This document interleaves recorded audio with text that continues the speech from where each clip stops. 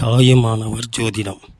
இன்றைய பஞ்சாங்கம் 10/9/2024 செவ்வாய்க்கிழமை, ஆவணி 25.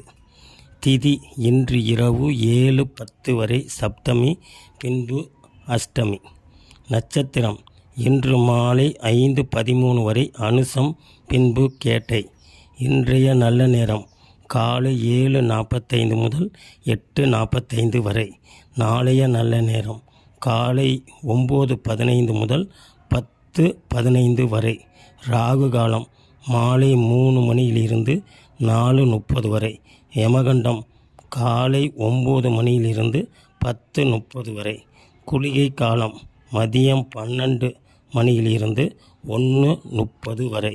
இன்றைய சந்திராஷ்டம நட்சத்திரம் இன்று மாலை 5:13 வரை அஸ்வினி, பின்பு பரணி.